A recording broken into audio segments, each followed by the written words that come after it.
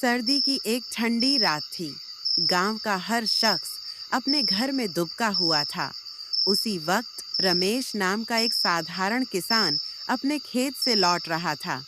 रास्ते में उसकी नजर पड़ी एक अजनबी पर, जो सड़क के किनारे खड़ा था।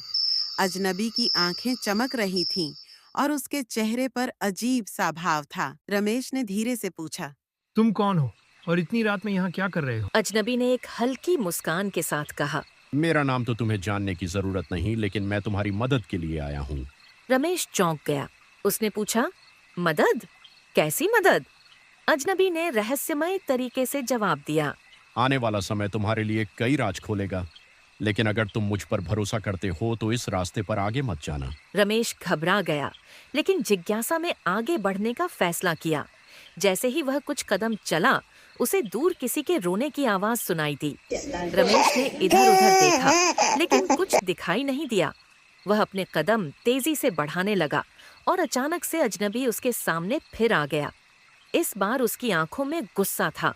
उसने रमेश से कहा, मैंने तुम्हें रुकने को कहा था। अब आगे जाने पर तुम्हें पछताना पड़ेगा। रमेश का दिल जोर जोर से धड़कने लगा। वह डर के मारे थोड़ा पीछे हट गया, लेकिन फिर सोचा, अगर डर कर वापस लौटा तो सच्चाई कभी नहीं जान पाऊंगा।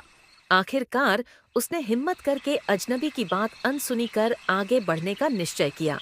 कुछ दूर जाने के बाद उसे एक पुराना टूटा फूटा घर दिखा, जिसके अंदर से धीमी धीमी आवाजें आ रही थीं। रमेश ने अंदर झांका तो देखा कि वहां कुछ लोग अजीब रस्में कर रहे थे। उसकी नजर उन लोगों के बीच रखे एक बड़े संदूक पर पड़ी। उसे समझ में नहीं आया कि अंदर क्या है। तभी अचानक अजनबी ने उसके कंधे पर हाथ रख दिया और कहा, तुम्हारे पास एक आखिरी मौका है, वापस लौट जाओ। रमेश ने कांपते हुए कहा, मुझे सच जानना है। अगर ये संदूक खोलोगे तो तुम्हारी जिंदगी हमेशा के लिए बदल जाएगी।